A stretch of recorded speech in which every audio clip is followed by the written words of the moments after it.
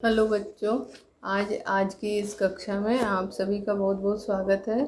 आज आप भारत की खोज का पाठ 6 अंतिम दौर 1 का आगे का अंश पढ़ेंगे। पिछली कक्षा में आपको जो पढ़ाया उसका जो थोड़ा सारांश रूप में बता देती हूँ कि भारत राजनीतिक और आर्थिक दृष्टि से पहली बार दूसरे देशों का अनुयायी बन गया। उनको दूसरे देशों के विचारों पर उनके चलना पड़ा, उनके अनुसार कार्य करना पड़ा। फिर भारत में ब्रिटिश शासन के अंतर्विरोध भी दिखाई दिए। राम मोहन राय बंगाल में अंग्रेजी शिक्षा और समाचार पत्र के शुरुआत करने वाले प्रवर्तक के रूप में आए और उसके पश्चात हिंदुओं और मुसलमानों में सुधारवादी आंदोलन शुरू हुए। इस समय हिंदुओं और मुसलमानों के बीच कई सुधारवादी आंदोलन हुए और सामाजिक कुरीतियाँ जो फैली हुई थी उनको दूर करने का उपाय किया जाने लगा। इस समय सामाजिक सुधारों में, जिसमें राम मोहन राय और दयानंद सुधारकों में, समाज सुधारकों में दयानंद सरस्वती और राम मोहन राय आदि सुधारवादक हुए। इन्होंने हिंदू धर्म में कुछ सुधारवादी आंदोलन चलाया। राम मोहन राय ने हिंदू ब्रह्म समाज की स्थापना की। 19वीं शताब्दी में स्वामी दयानंद सरस्वती ने महत्वपूर्ण सुधार आंदोलन शुरुआत की। यह आर्य समाजियों का एक आंदोलन था। इसका नारा था, वेदों की ओर चलो। अब हम इस पाठ का अंश पढ़ेंगे और उसके बारे में जानेंगे। पाठ में ये कहा गया है कि राम मोहन राय की पत्रकारिता का गहरा संबंध उनके सुधारवादी आंदोलनों से था। उन्होंने जो पत्रकारिता की उसमें उसके साथ सुधारवादी आंदोलनों का बहुत संबंध था, गहरा संबंध था और उनका समन्वयवादी और विश्वजनीन दृष्टिकोण कट्टर वर्ग के लोगों को नापसंद था। उनका समन्वयवादी यानी कि विचारों का आदान प्रदान करना। तो समन्वयवादी और विश्वजनीन माने सारी दुनिया को जो पसंद हो, सारी दुनिया द्वारा जो मान्य हो, ऐसा जो उनका दृष्टिकोण था, उनका दर्शन था, वो जो धर्म के रूप लिए, जो धर्म की दृष्टि से जो कट्टर वर्ग थे, उनको उनके विचार नापसंद थे। उनको वे पसंद उनको नहीं करते थे। वे उनके बहुत से सुधारों का विरोध करते रहे और इस प्रकार जो धर्म की दृष्टि पर कट्टरता से विश्वास करने वाले लोग थे, वे उनके इन विचारों का विरोध करते थे। पर उनके बहुत से समर्थकों में टैगोर परिवार था, जिसने बाद में बंगाल के पुनर्जागरण में महत्वपूर्ण भूमिका निभाई। अब ये कह रहे हैं कि कट्टरपंथी लोगों द्वारा विरोध किए जाने के बाद भी बंगाल में एक टैगोर परिवार था जो इनका समर्थक था और इनकी बहुत सारी बातों को इस परिवार ने माना और जिसने बाद में बंगाल के पुनर्जागरण में महत्वपूर्ण भूमिका निभाई। और उन्होंने जो परिवर्तन चाहा था, जो समाज सुधार चाहा था, उस दिशा में इस टैगोर परिवार ने महत्वपूर्ण योगदान दिया। राम मोहन राय दिल्ली सम्राट की ओर से इंग्लैंड गए और 19वीं शताब्दी के आरंभिक वर्षों में ब्रिस्टल में उनकी मृत्यु हो गई।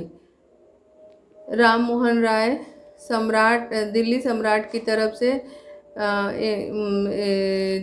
एक बार उनको दिल्ली सम्राट की तरफ से इंग्लैंड भेजा गया और जहाँ की 19वीं शताब्दी के आरंभिक वर्षों में ब्रिस्टल नाम की जगह में उनकी मृत्यु हो गई। सन 1857 की महान क्रांति जातीयतावाद। ब्रिटिश सरकार के लगभग एक शताब्दी के उपरांत बंगाल ने उससे समझौता कर लिया था। अकाल से नष्ट हुए किसान नए आर्थिक बोझों के तले पिस रहे थे।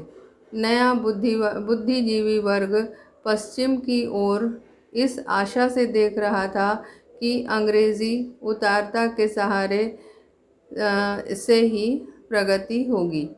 यहाँ ये बता रहे हैं कि ब्रिटिश शासन के लगभग एक शताब्दी के बाद उपरांत मतलब बाद बंगाल के लोगों ने उससे समझौता कर लिया था, ब्रिटिश शासन से समझौता कर लिया था। अकाल के से नष्ट हुए किसान जब भारी अकाल के कारण, भयंकर अकाल के कारण जो किसानों का नुकसान हुआ और जो उनके ऊपर आर्थिक बोझ पड़े, उन आर्थिक बोझों के तले पिसे जा रहे थे किसान, परंतु फिर भी उन्होंने उन सभी को, उनके विचारों को मान लिया। नया बुद्धिजीवी वर्ग पश्चिम की ओर इस आशा से देख रहा था कि अंग्रेजी उदारता के सहारे से ही प्रगति होगी। जो नया बुद्धिजीवी वर्ग है, बुद्धिजीवी बोलते हैं जो पढ़े लिखे लोग होते हैं, शिक्षित लोग होते हैं, तो बुद्धिजीवी वर्ग जो है वो पश्चिम की ओर यानी विदेशों की ओर, ब्रिटिश शासन की ओर इस आशा से देख रहा था। मतलब उन्हें ये आशा थी कि अंग्रेजी शासन की जो उदारता है उसी के सहारे हमारे देश का विकास होगा। लगभग यही स्थिति दक्षिण और पश्चिमी भारत में मद्रास और मुंबई में थी, और जैसी बंगाल में स्थिति थी ठीक वही स्थिति मुंबई और मद्रास में भी थी। लेकिन उत्तरी सूबों में ऐसा कोई झुकाव और समझौते की प्रवृत्ति नहीं थी। लेकिन जो उत्तरी सूबे थे, उत्तरी राज्य थे, वहाँ पे इस तरह का कोई समझौता जैसा विचार नहीं दिख रहा था। उनकी प्रवृत्ति में इस तरह के कोई समझौते का दर्शन नहीं हो रहा था। विशेष रूप से सामंत सरदारों और उनके अनुयायियों के विद्रोह की चेतना बढ़ रही थी। और यहाँ पे क्या हुआ था कि विशेष रूप से जो सामंत सरदार थे और साथ साथ उनके जो अनुयायी थे, उनको मानने वाले थे, उनके विचारों पर चलने वाले थे, उनमें जो है विरोध की भावना धीरे धीरे बढ़ती जा रही थी। सामान्य जनता में भी असंतोष और तीव्र ब्रिटिश विरोधी भावना खूब फैली थी, और सामान्य जनमानस में भी ब्रिटिश सरकार के विरोध में भावना उभर रही थी। लोग ब्रिटिश सरकार के विरोध में अपने विचार व्यक्त कर रहे थे। मई सन 1857 में मेरठ की भारतीय सेना ने बगावत कर दिया। जब मई सन 1857 का समय था, तब मेरठ की जो भारतीय सेना थी उसने बगावत कर दिया। बगावत यानी विद्रोह, उस सेना ने विद्रोह कर दिया। लेकिन विद्रोह की योजना खुफिया ढंग से बहुत अच्छी तरह बनाई थी, लेकिन नियत समय से पहले हुए विस्फोट ने नेताओं की योजना ही बिगाड़ दी। इस विद्रोह की योजना बड़े अच्छे ढंग से बनाई गई थी, बड़े गुप्त ढंग से बनाई गई थी, परंतु उनका जो नियत माने जो निश्चित समय था, जिस निश्चित समय की उन लोगों ने योजना बनाई थी उनका विरोध करने का, जो उनका निश्चित समय था, उसके पहले ही एक विस्फोट हो गया, और इस विस्फोट के कारण नेताओं की सारी योजना बिगड़ गई, खराब हो गई। यह केवल सैनिक विद्रोह से कहीं अधिक थी। केवल सैनिक विद्रोह से कहीं अधिक था। सैनिक विद्रोह से यह जो है कहीं ज़्यादा अधिक ये जो दिक्कत हुई इनसे, इनके विद्रोह में जो रुकावट आई वो सैनिक विद्रोह से ज़्यादा ही था। इसका बड़ी तेज़ी से प्रसार हुआ और इसने जन आंदोलन और भारतीय स्वाधीनता की लड़ाई का रूप ले लिया। और इस प्रकार इसमें जो है बहुत तेज़ी से इस भावना में धीरे धीरे इस भावना का प्रसार हुआ। प्रसार यानी फैलना, ठीक है। और इसने जन आंदोलन और भारतीय स्वाधीनता की लड़ाई का रूप ले लिया, और इस प्रकार इसने एक जन आंदोलन का रूप ले लिया और स्वाधीनता की लड़ाई यहीं से शुरू हो जाती है। जन आंदोलन के रूप में यह दिल्ली संयुक्त प्रांत, जैसा उन्हें आजकल कहा जाता है, मध्य भारत के कुछ भागों और बिहार तक सीमित था। ये जो जन आंदोलन था वह दिल्ली के कुछ संयुक्त प्रांत और मध्य भारत के कुछ भागों तथा बिहार तक ये जो जन आंदोलन था वह सीमित था। मूलतः यह सामंतीय विस्फोट था, जिसका नेतृत्व सामंत सरदार और उनके अनुयायी कर रहे थे।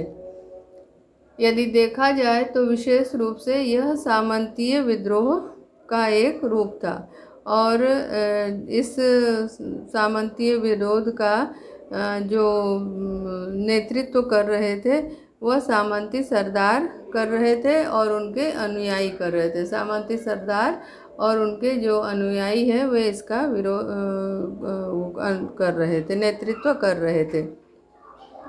व्यापक रूप से तैनाती विदेशी विरोधी भावना से इसे बल मिल रहा था। व्यापक जो दूर दूर तक फैली जो भावना थी विद्रोह की, ब्रिटिश सरकार के खिलाफ जो विद्रोह की भावना थी, विरोध की भावना थी, उसका रूप व्यापक हो रहा था, उसका रूप दूर दूर तक फैल रहा था। विदेशी विरोधी ये जो वो था विचार था लोगों के अंदर, वह धीरे धीरे और व्यापक होता जा रहा था। इनके लिए मुगल राजवंश के उस अवशेष की ओर देखना अनिवार्य हो गया था जो अब भी दिल्ली के राजमहल में बैठा था, लेकिन दुर्बल, बूढ़ा और अशक्त हो गया था। यहाँ ये बता रहे हैं कि जो ये विरोध कर रहे थे, उस विरोध के समय मुगल राजवंश का जो शेष शासक था वह वहाँ पे विराजमान था, उस राजगद्दी पे वो विराजमान था। और सबसे बड़ी बात यह है कि वह दुर्बल और बूढ़ा था और अशक्त था, लाचार था, उसके शक्ति नहीं थी। बुढ़ापे के कारण वह लाचार और अशक्त था, और इसी कारण हिंदू और मुसलमान दोनों ने विद्रोह में पूरी तरह हिस्सा लिया। और इस प्रकार हिंदू और मुसलमान दोनों ने इस विद्रोह में हिस्सा लिया, दोनों ने इस विद्रोह में शामिल होकर इस विद्रोह को और बल प्रदान किया। इस विद्रोह ने ब्रिटिश शासन पर पूरा दबाव डाला और अंततः इसका दमन भारतीय सहायता से किया गया।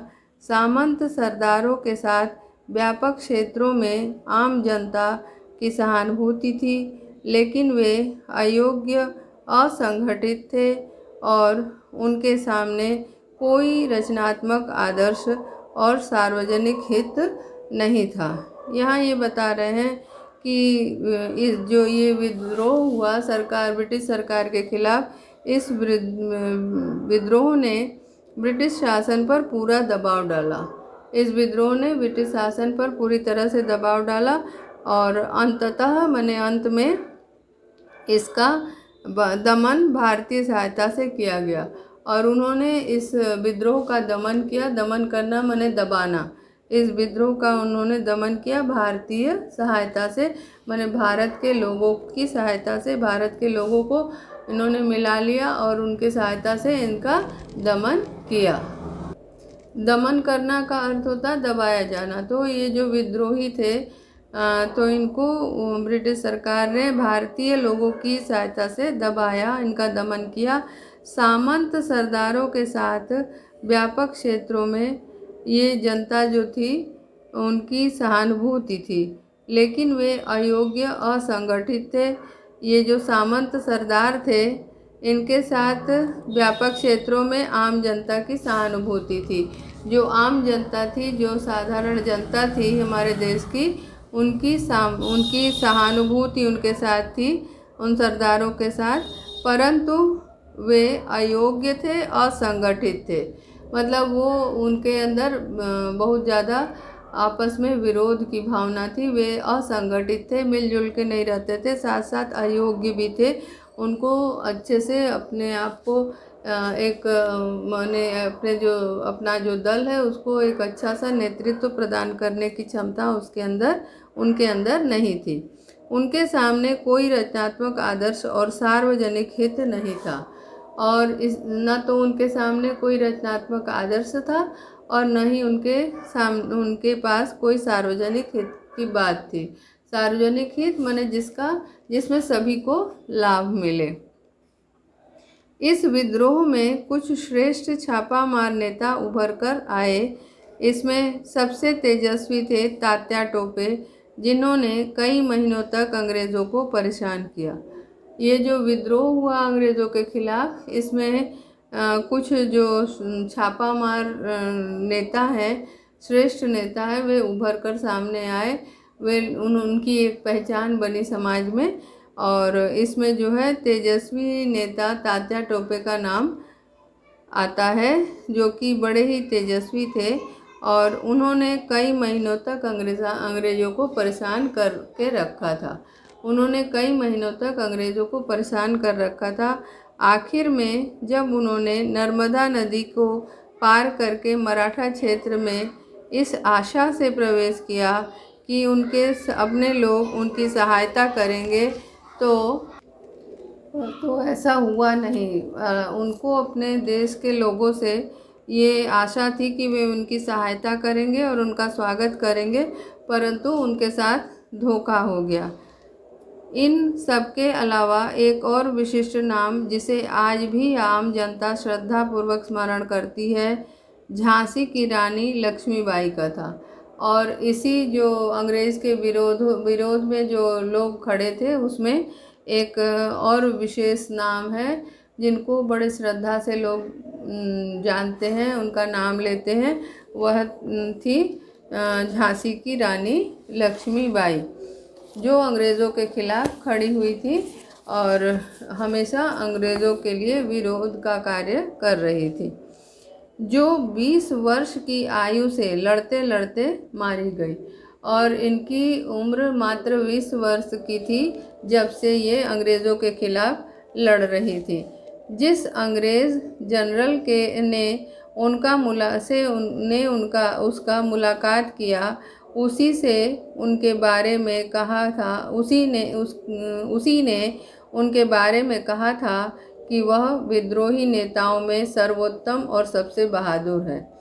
यहाँ पे ये बता रहे हैं कि जिस अंग्रेज़ जनरल ने उसका मुकाबला किया था, यानी कि झांसी की रानी के विषय में उस अंग्रेज़ जनरल का विचार था जिसने उनका सामना किया था। वह उसका कहना था कि जितने भी विद्रोही नेता हैं उनमें ये जो है सर्वोत्तम है। सर्वोत्तम माने सबसे उत्तम है और सबसे ज़्यादा बहादुर भी हैं। विद्रोह और उनके दमन के बारे में उनका झूठा और भ्रष्ट इतिहास लिखा गया है। भारतीय उसके बारे में क्या सोचते हैं, यह बात शायद ही किताब के पृष्ठों पर छप कर पहुंच पाई। सावरकर ने लगभग 30 वर्ष पहले the history of the war of independence शीर्षक पुस्तक लिखी, लेकिन उनकी पुस्तक तत्काल जब्त कर ली गई और अब भी जब्त है। ये बता रहे हैं कि विद्रोह और उनके दमन के बारे में बहुत कुछ झूठा और भ्रष्ट इतिहास लिखा गया। मतलब लक्ष्मीबाई के दमन के लिए और उनकी जो सेना थी उनके दमन के लिए उनके बारे में बहुत कुछ झूठा इतिहास लिखा गया, और भारतीय उसके बारे में पता नहीं क्या सोचते हैं। ऐसा लेखक मानते हैं कि उनका विचार क्या है पता नहीं। यह बात शायद ही किताब के पृष्ठों में छपकर पहुंच पाई होगी। ये जो उनके पीछे में जो भ्रष्ट बातें, भ्रष्ट झूठी चीज़ें लिखी हैं, बातें लिखी हैं, उसके बारे में भारतीय क्या सोचते हैं इसका कुछ पता नहीं है। और ये जो है कह रहे हैं कि वीर सावरकर ने लगभग 30 वर्ष पहले उन्होंने एक पुस्तक लिखी थी जिसका नाम था the history of the war of independence. ये उस पुस्तक का नाम था। इस पुस्तक में उन्होंने उनकी तत्काल ये इन सभी चीज़ों के बारे में लिखा था। और क्योंकि सरकार विरोधी पुस्तक थी, इसीलिए सरकार ने तुरंत उस पुस्तक को तत्काल माने तुरंत उस पुस्तक को सरकार ने जब्त कर ली और ये आज भी जब्त है। मैंने पुस्तक जब तक लिखी गई थी तब तक ये उनकी सावरकर जी की पुस्तक जब्त हो रही।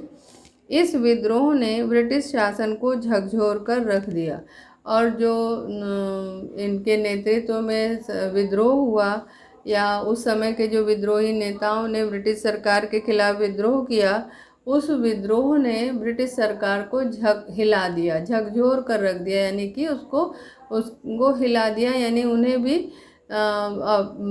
अपने भविष्य के बारे में सोचने पर मजबूर कर दिया। सरकार ने अपने प्रशासन का पुनर्गठन किया और फिर सरकार ने अपना जो प्रशासन था, उनकी जो शासन करने की पद्धति थी और शासन करने का तरीका एवं जो शासन करने वाले लोग थे, उसका उन्होंने पुनर्गठन किया। पुनर्गठन यानी फिर से उनका गठन किया, फिर से उनको बनाया गया, कुछ उसमें तोड़ जोड़ किया गया समय की मांग को देखते हुए। ब्रिटिश पार्लियामेंट में ईस्ट इंडिया कंपनी से देश को अपने हाथ में ले लिया। ब्रिटिश पार्लियामेंट ने ईस्ट इंडिया कंपनी से देश को अपने हाथ ले लिया और ये कह रहे हैं कि ब्रिटिश उस समय जब इस प्रकार का विरोध हुआ तो उस समय जो बदलाव लाया गया उसमें जो ये बताया गया कि ब्रिटिश पार्लियामेंट ने ईस्ट इंडिया कंपनी को अपने हाथों में ले लिया, मतलब उसकी जो शक्ति थी, उसका जो शासन था, उसको अपने हाथों में उन्होंने ले लिया। जिस भारतीय सेना ने अपनी बगावत से विद्रोह की शुरुआत की थी वह नए सिरे से संगठित हुआ और जिस भारतीय सेना ने अपनी बगावत से विद्रोह की शुरुआत की थी, जो भारतीय सेना जिसने बगावत किया था, विद्रोह किया था, विद्रोह की शुरुआत की थी, उस सेना को वह नए सिरे से संगठित हुई। वह सेना फिर से नए सिरे से, नए रूप से, नए तरीके से फिर से शुरुआत से वो फिर से संगठित हुई, यानी वो इकट्ठी हुई, उनका संगठन फिर से किया गया। हिंदुओं और मुसलमानों में सुधारवादी और दूसरे आंदोलन। अब इस समय हिंदुओं में और मुसलमानों में अनेक सुधारवादी आंदोलन शुरू हुए। तकनीकी परिवर्तनों और उनके परिणामों के द्वारा भारत से पश्चिम की वास्तविक टकराहट 19वीं शताब्दी में हुई थी। यहाँ बता रहे हैं कि तकनीकी परिवर्तन जो हुई थी, माने मशीन से नया मशीनी युग शुरू हुआ, तो उससे जो तकनीकी परिवर्तन आया समाज में और उसके साथ उसका जो परिणाम हुआ, उसके द्वारा भारत से पश्चिम की वास्तविक टकराहट 19वीं शताब्दी में शुरू हुई। उसके कारण भारत से पश्चिम की टकराहट शुरू हो गई, मतलब आपस में उनका बनना अब कम हो गया, अब उनसे टकराहट होने लगी। वह समय था 19वीं शताब्दी का, यानी कि 19वीं शताब्दी में भारत और पश्चिम से वास्तविक रूप से टकराहट शुरू हो गई। विचारों के क्षेत्र में भी परिवर्तन हुआ और इस समय उनके विचार में भी परिवर्तन आया, लोगों के विचार में भी परिवर्तन हुआ। पहली प्रतिक्रिया अल्पसंख्यक अंग्रेजी पढ़े लिखे वर्ग तक सीमित थी और उसमें लगभग हर पश्चिमी चीज़ के प्रति प्रशंसा का भाव था। जो पहला बदलाव हुआ, पहली प्रतिक्रिया हुई वह अल्पसंख्यक पढ़े लिखे वर्ग, अंग्रेज़ी पढ़े लिखे वर्ग। माने पहले के दिन में उतनी पढ़ाई लिखाई लोग करते नहीं थे और अंग्रेज़ी तो एकदम ही नहीं जानते थे, तो इसीलिए उनको अल्पसंख्यक कहा गया है। अल्पसंख्यक माने जिनकी संख्या अत्यंत कम है, ऐसे अंग्रेज़ी जानने वाले जो लोग थे, ऐसे अंग्रेज़ी जानने वालों का जो एक दल था, वर्ग था, वह अत्यंत सीमित था, बहुत कम था। और उनके जो उनमें उस वर्ग के जो लोग थे, उन्होंने हर पश्चिमी चीज़ों की प्रशंसा की, क्योंकि उनको वो उन पश्चिमी जो सभ्यता थी और पश्चिमी जो भी रीति रिवाज थे वो उनको बहुत प्रभावित करते थे। हिंदू धर्म के कुछ सामाजिक रीति रिवाजों से खिन्न होकर बहुत से हिंदू ईसाई धर्म की ओर आकर्षित हुए और बंगाल में कुछ प्रसिद्ध व्यक्तियों ने भी धर्म परिवर्तन कर लिया। और इस प्रकार जो हिंदू के रीति रिवाज थे और उसकी जो कट्टरता थी, उसमें जो जैसे छुआछूत, जाति प्रथा आदि जैसी जो कुप्रथाएं थी, उनसे तंग आकर कुछ लोगों ने, कुछ व्यक्तियों ने क्या किया कि उन्होंने अपना धर्म परिवर्तन कर लिया। और इन धर्म परिवर्तन करने वालों में कुछ प्रसिद्ध लोग भी थे जो कि सुधारवादी आंदोलनों में जिनका हाथ था।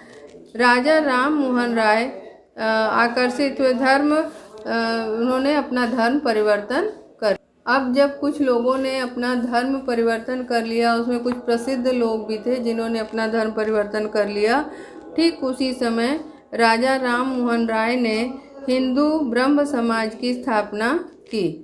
उन्होंने हिंदू ब्रह्म समाज की स्थापना की। उन्होंने जो ब्रह्म समाज की स्थापना की वह जो है सुधारवादी, उसके पीछे जो आधार था वह सुधारवादी आधार था, यानी सुधारवादी दृष्टिकोण के तहत उन्होंने ब्रह्म समाज की स्थापना की। उसके बाद केशव चंद्र ने उसे लगभग ईसाई रूप दे दिया।